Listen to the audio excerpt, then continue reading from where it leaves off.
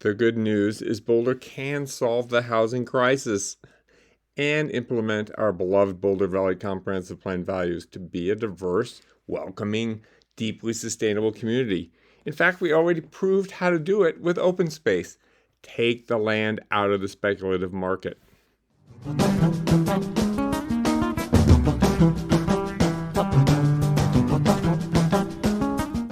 This is a way for everyone to benefit from a new community model that really is a little bit like going back to the past when we had more mixed income communities and mixed age communities.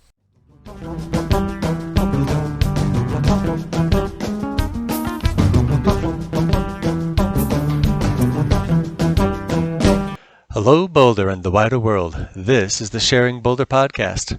My name is Philip Ogren, and for episode 19, I sat down with my co-host David Adamson in the recording studio to talk about high community benefit housing pilots. As the new City Council prepares for its annual retreat in January, where they will prioritize their agenda for the coming year, David and I want to promote gentle infill in established neighborhoods as a solution that addresses so many of the values that have been identified by the Boulder Valley Comprehensive Plan. We hope that you will listen, learn, get motivated, and share this with your favorite City Council person. David has a long history of heroically planning for and promoting inclusive and affordable housing in his North Boulder neighborhood.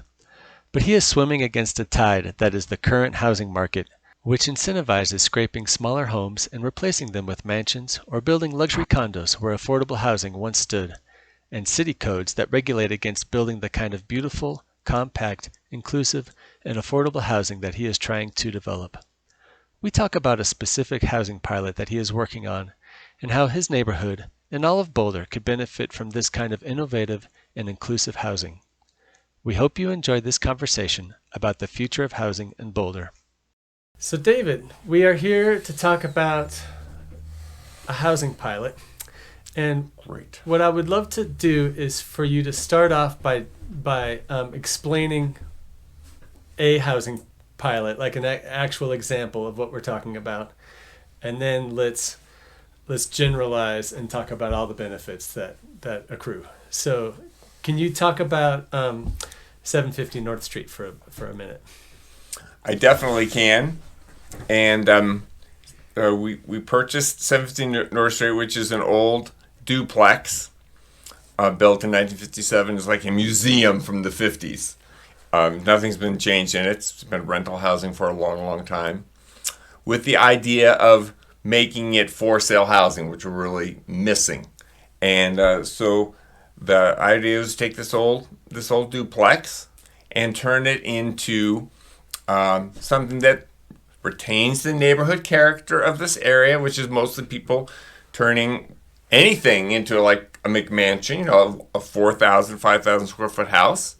So, make it look mostly like that, but have it be affordable housing to a mix of incomes. Mm-hmm. 8 little condos in that form.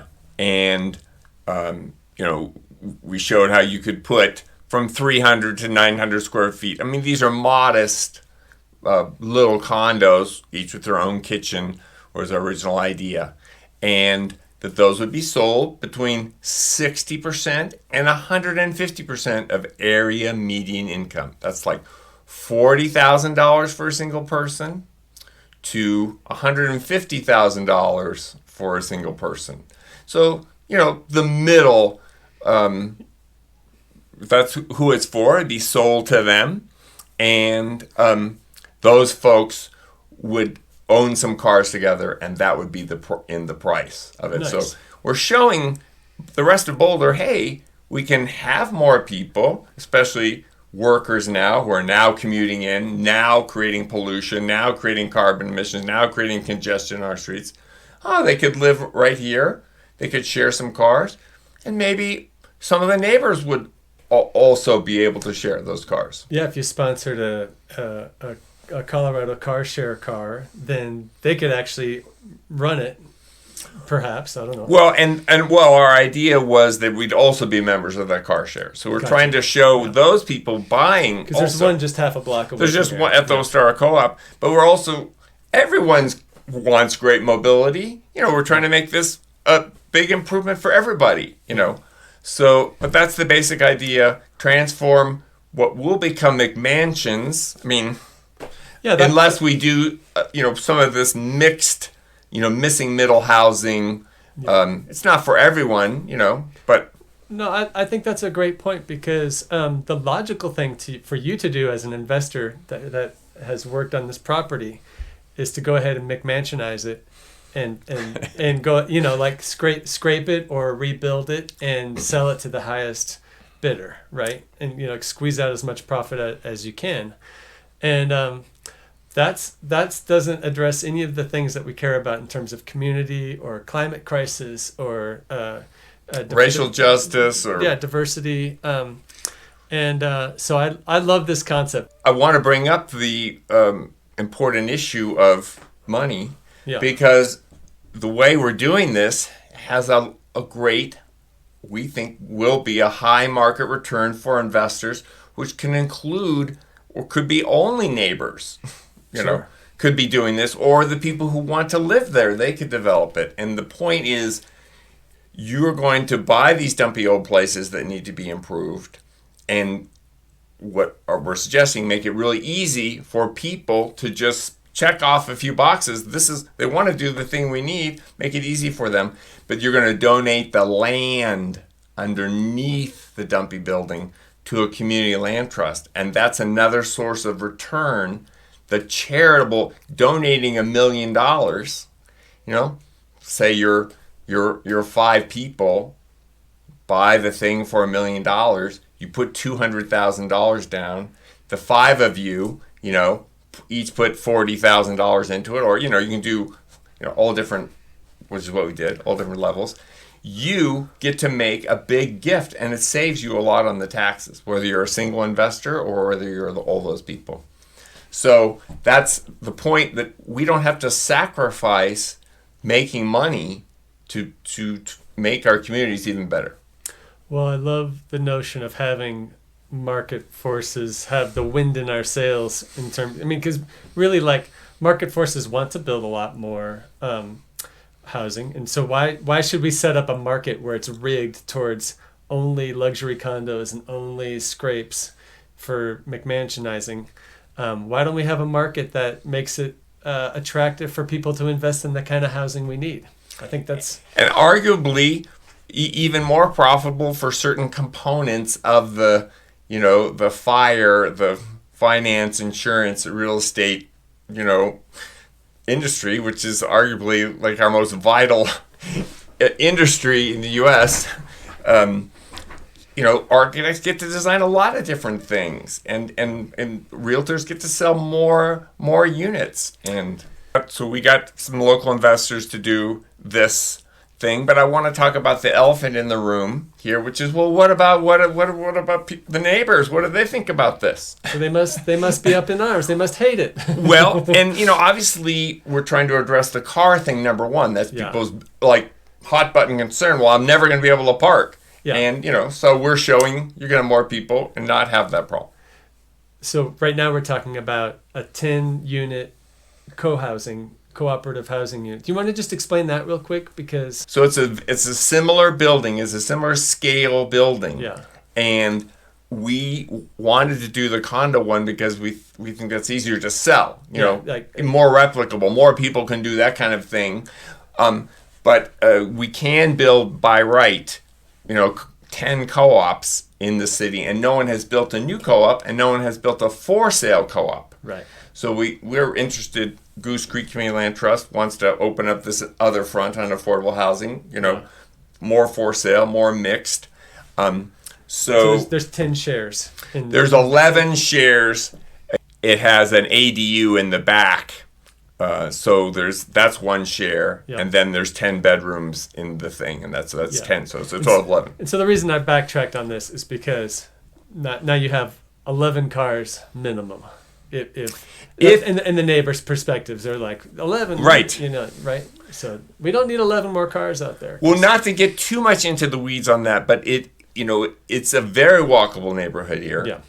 The people are paying for that small fleet of electric cars. That's in their price. They have to buy it. Yeah. And the people who are going to buy it are the people who want to live like that. Totally. And so I live across the street, and I've got my own little, ruler that I'm, but yeah, it's just not a problem. It's really not a problem. It's so fun. What we're trying to show people is we're not asking anyone else to give up their car. We're not going to take their gun from their dead cold hand. We're not going to, it's going to make it easier for you, arguably less congestion for you. And maybe it's very cheap to use that kind of mobility. You just save money. It is. Doing that. And it's more fun, as you and I know. And the notion of having a car share out your front door. Or in your garage. That sounds amazing to me, because as someone who had this extended experiment where we went without a car raising a family for a couple of years.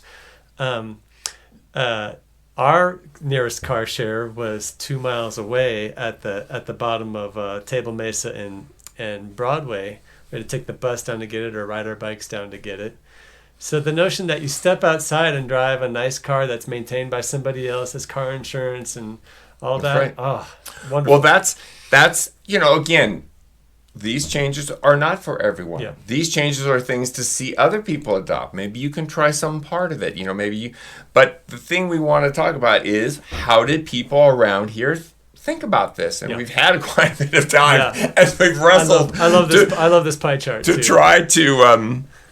try to get this through. And as you know, I'm a painfully persistent extrovert, interested to know how everyone thinks about everything. So they're in this particular 3-block area where we're trying to create this co-housing project. There are 32 lots in this 3-block section between 6th and 9th. Mm-hmm. And there's 41 people who own those lots, and there 14 of them are owner occupied, and 18 are investor and absentee landowner occupied.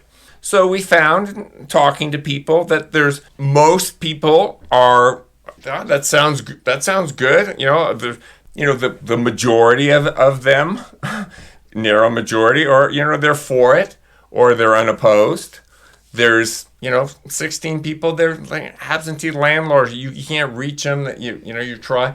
If they were really concerned about it, they would be showing up. I mean, they've received information about it. And then the folks on either side of it, either model, the condo or the co-op, they were not in favor of it. They'd like to see, somewhat fewer people. And the whole point of our model was, this is the number of units you need to have if you wanted them to all be affordable across a range. Yeah, so you don't need to first get all the financing of some grant or some program in place before you can start. That's a great point. And that's what's important for people to know about this. This is not this traditional affordable housing financed through low-income tax credits, which is basically a way to provide incentive to wealthy people to invest in below-cost housing.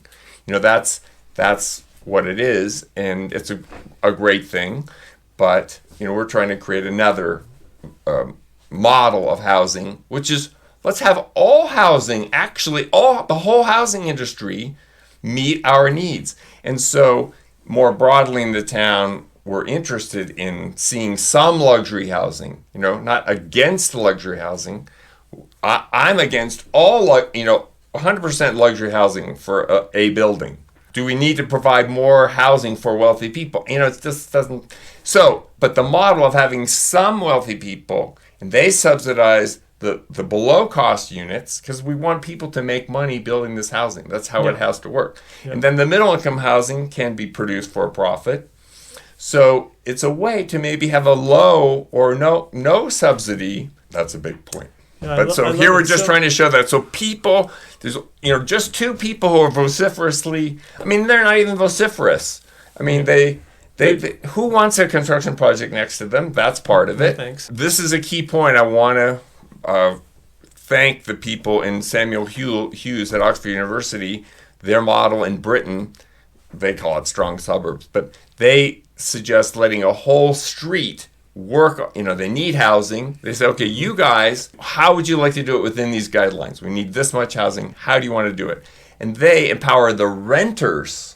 Yeah. And the actual residents. The people who live there, all the residents on the street, whether you own it there or whether you rent, you work together with the idea that the renters will be incentivized by the absentee landlords to increase the density. So I like that idea, Philip. I really want to emphasize this because everyone can benefit. Everyone doesn't have to densify. Maybe later they want to develop a unit and they keep living on their street. They've lived there for 30 years and now they want to downsize. They can have their nice unit. They can be set up for retirement. They have a cool house. They don't have to move. Yep. They can stay there. So I think this is people have been worried about, like this pie chart is about, well, you're going to build this thing and you're going to burden the rest of us. But, we want to give everyone the opportunity. And that's what the pilot is about, is a broad-based innovate for impact. Well, I think it's important to point out for this particular property that it's a huge parcel of land, right? It's like it goes all the way back to an alley.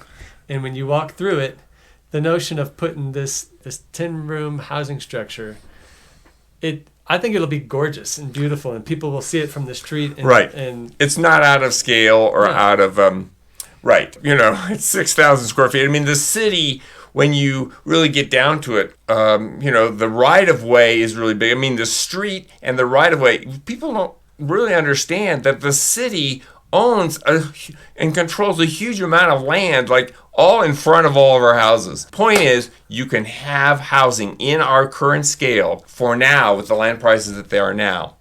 So we have a few things to cover still. So what do you need from City Council? We spent a lot of time with city attorneys, and the city uses the idea of a special ordinance to accomplish different things at different times. They're the legislative body of our government. And they can let it be so. We meet the land use description for this RMX1 zone. And back in 95, they took away a bunch of the density for this area. And that's why we have these triplexes and fourplexes, duplexes and everything in subdivided lots. But then they took that away. So we're basically asking to bring that back in a little bit different way, which would just allow flexibility in the number of units if you make most of it affordable permanently and share cars. And, you're building really nice new green solar powered buildings. So we're asking City Council to simply change the number of kitchens that would be allowed on that property, keeping everything else the same. So the scale, even the for this, setbacks. For this project, you'd like that's to right. that project. Everything else, that's what we want to do. Everything else is the same, but allow that flexibility with kitchens, and then you can have all different sizes of. It's not just for us doing this 1 6-block area. Maybe that's the pilot we ask for. I wanted a bigger area and have more people participate, but at least that 6-block area or a little bit bigger around here that makes sense. Cool. So the City Council would have an ordinance, which we've drafted, that would specifically allow this deviation. It's not just one building, it's not spot zoning. Okay. Yep. It is for an area. We have some other properties here that we would, we have the design for that. We could do it somewhere else. Yeah. We'd probably keep building the co-op. Yeah. But, and we're about giving other people, it doesn't have to all be done through Goose Creek Community Land Trust or whatever. We are here to take the gift of the land, though, and then to steward the community. I guess we want to do that. Yeah. In this area. It's just making it easy for people who want to do this. Who are they going to give the land to? But you could give it to the city as well. Yeah. I mean, if they wanted it, I don't want to speak for them. Awesome. So, well, the one thing I wanted to circle back on is to highlight why this particular housing solution is better than a lot of other housing solutions being proposed. And for me, what I love about, when I think about affordable housing, like we need to build lots of affordable housing. So one thing we could do is build large apartment buildings near a transit corridor, which that seems like it has a role. But when I think about where I would like to live in a neighborhood like this, where it's beautiful. There's an established community. Like I don't think of large apartment buildings as necessarily being the most pro-social, community-oriented places. It doesn't mean they can't be if carefully designed, but there's a kind of a natural, organic, built-in. Let's grow the community when you have this sort of infill that you're talking about. I think that is the key thing for this in terms of climate resilience, people knowing each other. That's like the number one. Recent tornadoes in Kentucky, so many of the survivors of that talked about how beautiful it was that everyone has been coming together to help each other. When you're just creating the greater surface area, when you get these walkable, bikeable communities, and people get to know each other, you have to do some things, I think, to help accelerate it, encourage it. But it just makes it so much more fun. And then there's the issue about being fair to our working people, and making our businesses better, and bringing in more racial diversity and economic diversity, and also something we haven't talked about a lot, but we need to figure out how this is part of reparations for indigenous tribes, how this land reform in Boulder and changing can benefit tribes. I know specifically that the Native American Rights Fund on Broadway, they're considering moving out of Boulder because their staff just couldn't live here. But I think the key is how much more fun, not everyone's an extrovert, of course, but it's been shown how important that is to mental and physical health, and the sense of security that comes from knowing your neighbors and feeling more settled and connected to a community. Well, we're not talking about a kind of hyperdensity where you can't escape to your own space or your own garden or whatever. There's going to be plenty of opportunity at that property and the other properties we've talked about to tend your garden and to be in your room by yourself or whatever. It's not like we're stacked.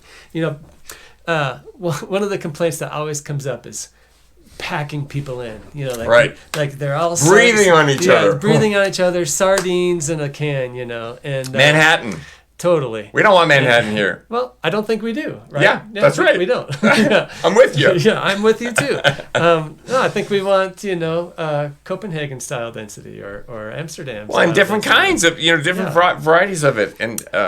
But one of the things I'd like to point out that's so cool about this project is the location. So we are like 3 blocks from Broadway, and I don't know how many blocks from Pearl Street, but we're 10. Yeah, 10. So this is like, I'm trying to design my life around not having to own a car and not having to take up space with a car, and I want lots more people to have opportunities to live without cars and to be on North Street here with a shared car with e-bikes. And this is our plan for the city, to make these, every neighborhood a 15-minute neighborhood that you can walk to, the key commercial areas. And right here around the Alpine Balsam project and the Community Plaza shopping area here, it's a very popular neighborhood because we've got trails. We've got the whole western edge of Boulder. It's a great trail system. We got North Boulder Park. We have a great commercial area. Casey Elementary School, a short walk to downtown. I mean, it's really a great example. And so we're just trying to get it on another trajectory from being completely luxury neighborhood. Well, and actually still in the process of moving in that direction, right? Like there's still houses being bought. Everything is going that way. And it's a good time to just put a plug in for our third episode on North Street, where we talked about the mansion that's going in over here and the affordable apartments that got taken down and are being turned into $1.5 million condos, and the Balsam $2.5 to $3.3 million. And it just feels like such a rigged system when those things we've set up a market to incentivize all of that. And here you are trying to push against the tide and build beautiful housing but create the same thing, which is that the market would just naturally do this other thing. If it was allowed to. Yeah. If we I think you would still probably have to do something to de-incentivize luxury-only development. Sure. Because, again, we can build luxury into the projects, so it's because it can be helpful. But luxury only, it's creating more of a diversity desert. It's madness. It's madness in so many ways, and those people. I mean, those people. But those people. Those people who are like, made a lot of money or have a lot of money. I mean, definitely it takes all kinds. Yeah. But just those kind of those people, I think, would say, oh, that's kind of boring too. I mean, just all wealthy people. That's could be more fun. All right. Well, is that a wrap? I mean, do we have more to say about this awesome pilot project? Well, again, I think it's a very exciting one. As a co-op, we're so excited to build Boulder's first new build and new for sale co-op. It's $250,000 or so per share. It's $1,800 a month. That includes the mortgage, the cars, the utilities. It's just a great way for younger people or downsizing people. We're just very excited to see who is interested in that. And I think it's a great way for people to get into for sale housing in Boulder, which is, now it's totally collapsed. There's no for sale housing that middle income people, working people can access. Yeah. We were talking earlier about just sort of like thinking about the weight of the climate crisis and how we all kind of feel some despair of this race we have to the cliff, where it seems like nobody's really wants to step out and put their foot on the gravel to slow this car crash. To me, I get a lot of hope from the possibility of us coming together, building great neighborhoods, beautiful neighborhoods that are socially connected and green for the climate and produce food, and diverse. That's the thing that gives me hope and optimism in all this, is that we can, it's too bad that we've burned so much fossil fuel building suburbia, but it also taught us that humans don't thrive in that environment, even if there wasn't a climate crisis. It's just like a horrible structure to live in, right? So we're gonna build beautiful neighborhoods. Some people like it. Some people like it, but I think at the end of the day, a lot of people are suffering from feeling isolated. And that's right. And depressed. And it doesn't end well. Financially it's not good. The infrastructure, expensive infrastructure is spread out over fewer people. There's a lot of financial problems for cities with that low density. I was watching someone was summarizing strong towns and about the Ponzi growth scheme that's baked into how suburban sprawl has been developed over decades, and how that's all it's starting to collapse. It's probably going to get a lot worse soon. Well, I think the point is that we can make money. People can make money doing this transformation. We can make something better. There's a risk, of course, of not doing it well. But I think we can work together and do it well. And just to build on what you said, action is a great antidote to despair. and depression. And we who can do something want to show young people that we can work together and take action, and let's get together and work on it. And I was really inspired by some climate activists talking about the millennial despair of the despair of millennial writers looking at the current situation. And it was just super well done. Yeah. So what was the episode? Well, it's from the political scene, and Daniel Sherrill, one of the writers, just shared that while it's depressing to look at the huge obstacle we have to go to keep from going over 1.5 degrees C, and all the millions of people that die with each tenth of a degree between 1.5 and 3, which is the current arc, or it could be higher, in my opinion. But the point is, he's dedicating his life. It's a huge task, each tenth of a degree, which means millions of people. But what better thing could you do with your life than to work together with people who you care about, who you're all sharing this vision of a world where everyone matters. Yeah. And how beautiful that is. Well, that's one of the things that he said that really stood out to me in terms of thinking about this hope and despair and whether or not we can keep our shit together to make positive changes. Just that fact that when you step into that fight, you meet the other people that are also in the fight. That's right. And community, more community. What better way to spend your life than to spend your life with those people who are also in on it? So, and Greta Thunberg also talks about that in her speech to the UN. Anyway, just about how many people don't really know. They don't really get it. They didn't listen to Daniel Sherrill. They didn't get infused with the beauty of being connected with other people. And I would just like to bring up my Dutch friend that I taught, this older Dutch lady who grew up in Amsterdam in 1944. And she talked about, because the Nazis tried to starve them, but there had been so much resistance in Holland to the Nazi occupation. And she said there was no more beautiful time in her life, she was a teenager then, with how creative they were, how they worked together to help each other and feed each other and occupy their time and learn, etc. And I was really, it's always stuck with me that times can be difficult, and no one, wants to wish difficult times on anyone, but there are going to be difficult times. We have difficult times ahead of us. And we can rise, and we can benefit from working together to meet that challenge. Yeah. Amen.